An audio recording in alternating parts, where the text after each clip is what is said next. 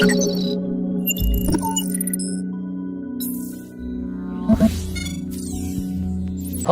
hai Om Rudi. Hai Mbak Ratna, saya viewers Kanal 3. Apa kabar semuanya? Iya. Hari ini kita berdiskusi mengenai putusan PT UN nih Om, terkait dengan upah minimum Provinsi DKI Jakarta ya. Iya, gimana nih Om Rudi sebagai pengusaha melihatnya nih?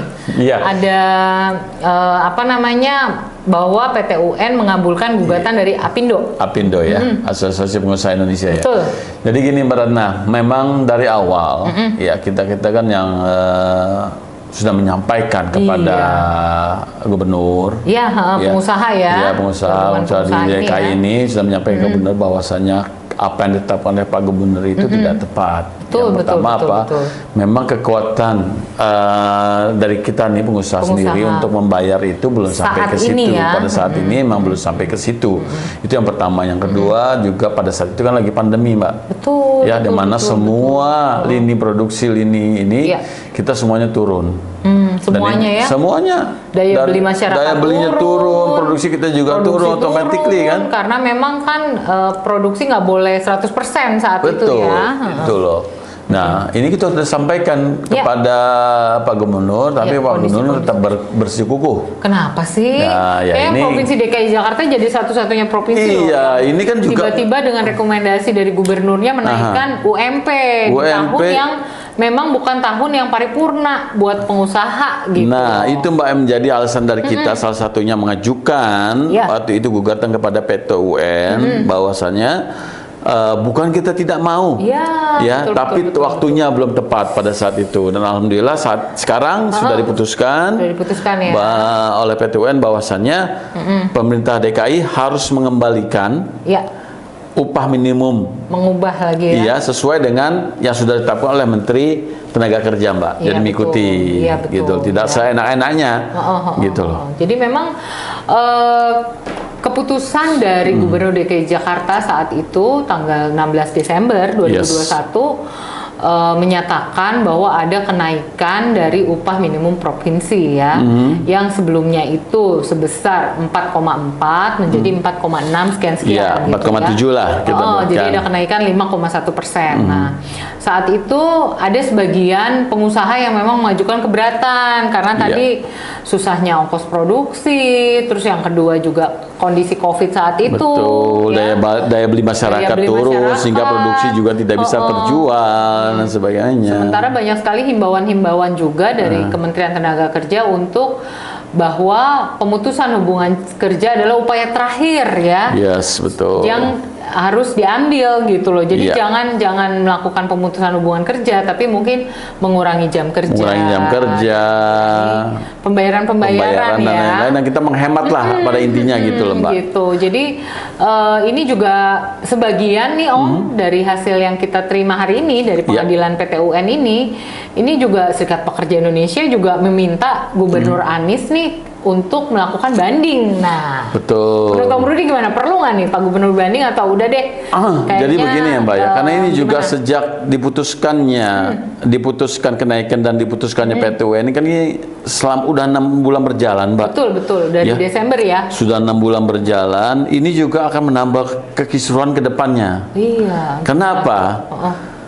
Pertama, kita ini sudah membayarkan. Kemarin mengikuti. Udah mengikuti. Yang kedua, Mbak, automatically dengan ada penambahan kenaikan UMR ini, otomatis kan yang namanya jam sostek dan lain-lain kan juga mengikuti basic dia punya iuran gajinya ke depan. Nah, andaikan nanti dari pihak Pemprov DKI mengajukan banding lagi, nah selama putusan sudah diputuskan ini 6 bulan ke depannya banding ini berjalan ini harus bagaimana? Betul.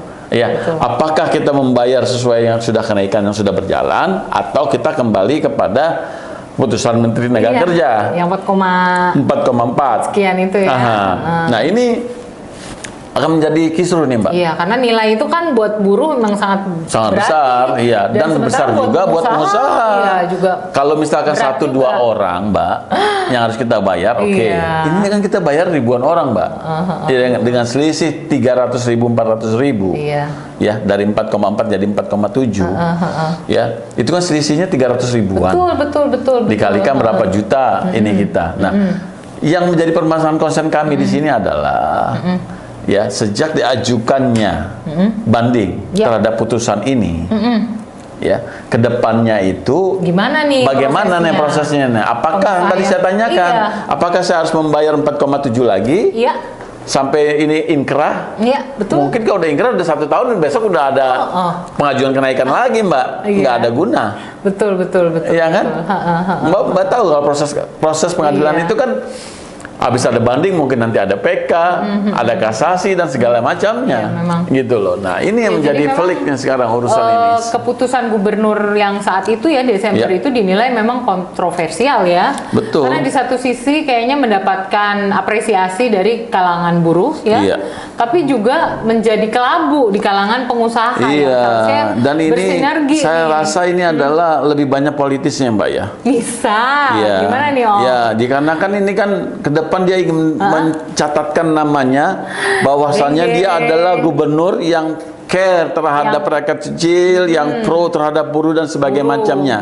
Sedangkan dia tidak memikirkan akses-akses yang ditanggung oleh kita nih pengusaha-pengusaha nih Mbak. Betul. Gitu loh. Jadi memang sebenarnya kenaikan juga bukan berarti dilarang, tapi melihat kondisi situasi perekonomian. Kita juga tidak ini Mbak, tidak menolak kenaikan, tapi kita mengikuti kenaikan sudah ditetapkan oleh Departemen Tenaga Kerja. Gitu loh. Enggak semerta-merta langsung mengikuti aturan ya, secara hukum saja menurut saya itu kan levelnya keputusan menteri dengan level keputusan gubernur kan jauh lebih tinggi keputusan menteri, Mbak. Iya. Ya kan? Memang di sini gubernur itu memiliki kebijakan ya, kebijakannya sebagai gubernur untuk membuat suatu rekomendasi mengenai upah minimum provinsi gitu ya. Jadi memang kadang-kadang hal-hal demikian itu seharusnya kan ada koordinasi dengan kementerian terkait.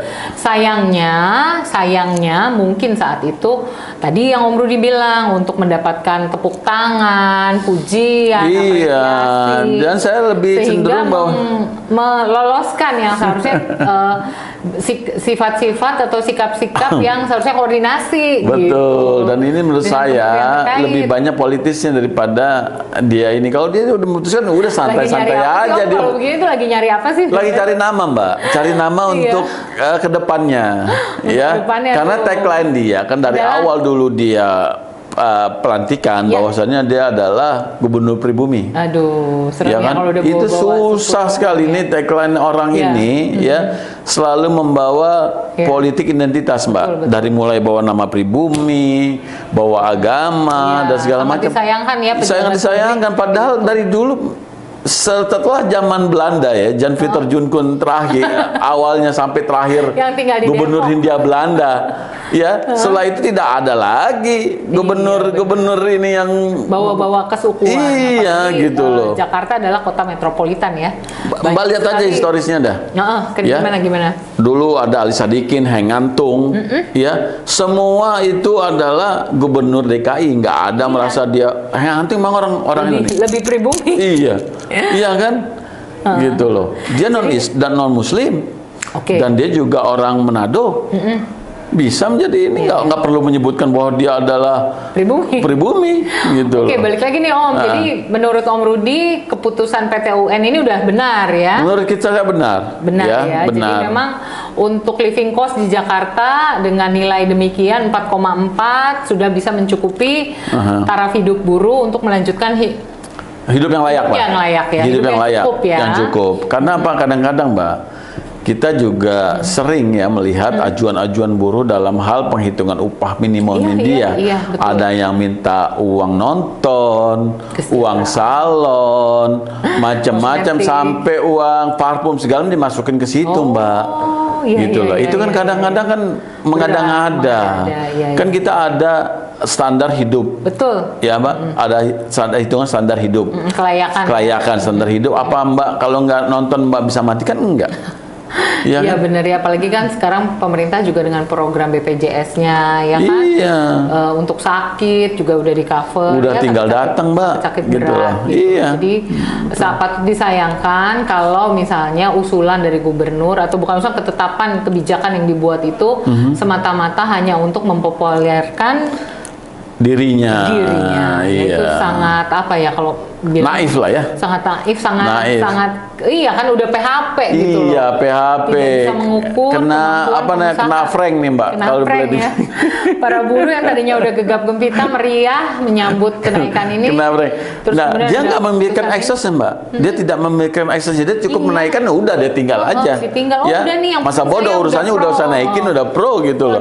Jadi tidak memikirkan eksesnya pertama kepada buruh itu sendiri, kedua kepada pengusaha gitu loh. Ya, jadi memang putusan ini menurut Pak Brudi sudah tepat dan juga mungkin pengusaha yang bernaung di bawah Apindo juga mengapresiasi keputusan dari PT UN ya, dan mereka juga sebenarnya pada prinsipnya pengusaha itu kan memang menghindari terjadinya pemecatan hubungan kerja atau pengakhiran hubungan kerja karena saya berbicara sebagai pengusaha ya Mbak, bahwasannya sebenarnya tidak perlu itu buruh-buruh demo untuk menaikkan kalau memang kita ada untung dan kita bagus, pasti kita juga menaikkan Mbak, nggak perlu mereka demo sebenarnya untuk minta naikkan. Tapi juga namanya usaha kan ada fluktuatif ya Mbak ya, ada di atas, kadang di bawah. Nah kadang-kadang kalau kita sudah biasa mereka kita kasih besar, begitu perusahaan agak turun segala macam, mereka nggak paham tuh Mbak, nggak anggapnya perusahaan ini saja. Perusahaan juga ada kos-kos lain, misalnya itulah bank, pinjaman dari bank, dan lain-lain. Betul Mbak, betul. Harus kita bayar, kita punya kewajiban juga, bukan hanya membayar ini gitu. Jadi memang baiknya ya etikanya seorang pejabat publik itu tidaklah boleh atau membuat suatu kebijakan yang menguntungkan pihak yang satu hanya untuk demi menaikkan popularitas yang betul. Itu yang kita juga para pemberi kerja yang udah investasi, yang sudah memberikan pekerjaan, membuka lapangan pekerjaan buat warganya gitu loh. Jadi kita berharap ya tidak ada demo nih Om. Ini kan takutnya buruh merasa kalah nih PT UN, Apindo yang menang, nanti disalahkan lagi pengadilannya lah segala macam. Padahal kan juga hakim itu memutuskan kan berdasarkan masukan, data-data yang ada segala macam. Data-datanya. Jadi kita harapkan para buruh kita seharusnya patut bersyukur ya Indonesia dengan inflasinya yang memang semua negara hampir semuanya kena inflasi, kita tidak mengalami krisis ekonomi seperti di negara mana tuh Om? Sri Lanka yang presidennya kabur. Jangan kan Sri Lanka, negara Eropa pun Mbak, sekarang Turki Inggris, Jerman, mereka sudah ketar-ketir. Kenapa? Inflasinya mereka lebih dari 70%. Kita cuma 3%. 3,5% dan itu alhamdulillah gitu loh. Semua bahan baku walaupun ada peningkatan ya dalam harga bahan baku sehari-hari, tapi setidaknya tidak seperti negara lain ya yang tadinya Eropa tuh jor-joran, sekarang mereka untuk bensin aja berapa sih di Australia tuh? Australia kalau Amerika sekarang 35.000. 35.000 ya. Per liter. Per liter ya, itu bukan per barelnya dia ya. Per apa sih mereka tuh istilahnya? Ya barel. Barel ya. Barel. Galon per galon. Jadi kita masih ada subsidi, pemerintah masih memikirkan gitu loh, bahwa memang tingginya biaya logistik akan tidak bisa dihindari dan bahkan bisa mengakibatkan kenaikan harga-harga bahan baku di masyarakat gitu. Apalagi kalau nanti ditambah dengan kenaikan harga upah nih Mbak, harga jual barangnya menjadi tidak kompetitif lagi gitu loh. Siapa kalau kita produksi barang tidak laku, siapa yang mau bisa bayar ongkos buruhnya ini, ongkos tenaga kerjanya kan, gitulah. Jadi memang kita saling sinergi lah sebenarnya. Baiknya para pejabat publik dalam memberikan suatu keputusan, kebijakan, mungkin tadi berkoordinasi dengan kementerian terkait, mengundang asosiasi pengusaha, berapa sih kemampuan para pengusaha ini untuk menaikkan, apakah 1%, 2%, karena 5,1% tuh angka yang cukup fantastis gitu ya, dengan mengingat kondisi masa pandemi yang masih perekonomian kita masih cukup lesu, tapi kita baru coba bangkit ya. bangkit. Sekarang lagi tahunnya kebangkitan. Kita merupakan UMKM lokal juga sekarang udah mulai banyak kreatif sudah menggeliat lagi ya. Ya itu yang salah satunya menyelamatkan ekonomi Indonesia, Mbak. Betul. Gitu. Jadi yang datang ke Bali itu kemarin bukan turis asing tapi wisatawan domestik. Ya. Jadi teman-teman demikian ya. Bahasan kita mengenai UMP ya buat teman-teman yang tadinya udah naik, terus kemudian nanti ada himbauan-himbauan untuk demo ya, tolong dipikirkan kembali gitu loh, bahwa kita masih patut bersyukur ya dengan pemerintahan Pak Jokowi, dengan Ibu Menteri kita yang Menteri Keuangan yang memang Bu Sri Mulyani yang sangat luar biasa mengatur bagaimana supaya kita tidak mengalami krisis ekonomi seperti tahun-tahun yang lalu. Nah ini kita patut syukuri ya bahwa perekonomian stabil dan juga situasi keamanan cukup kondusif ya, jangan menambah-nambah dengan demo-demo yang saya pikir bisa memancing atau memperkeruh suatu keadaan ya. Saat ini Pak Jokowi juga kan tahunnya tahun investasi ya, Om Rudi. Undang banyak nih yang diundang buat buka pabrik di sini. Pabrik mobil listrik, pabrik tenaga surya dan baterai segala macam olahan itu. Jadi memang kita patut apresiasi kenapa pabrik-pabrik itu juga dibangun di luar Jawa, karena memang sekarang infrastruktur udah baik ya Om. Sudah bagus. Sudah bagus gitu nih Om Rudi yang mondar-mandir ke Kalimantan gimana Om, bedanya Kalimantan dulu sama sekarang? Wah jauh sekali Mbak. Kita di Kalimantan sekarang sudah ada tol lagi. Ya kan, selain tol juga akses road untuk yang jalan arterinya juga sudah besar dan bagus. Luar biasa. Bener ya. Bagus. Jadi udah sangat baik katanya Om Rudi nih yang sudah mondar-mandir ya, Jakarta Kalimantan kayak Jakarta ke Bogor. Jadi teman-teman tetap dukung pemerintahan di Indonesia dan juga berlakulah positif. Semoga informasi ini bermanfaat ya dan bisa teman-teman untuk juga share, komen dan like di channel ini. Subscribe. Sampai jumpa di episode Melek Hukum kita berikutnya. Bye. Bye.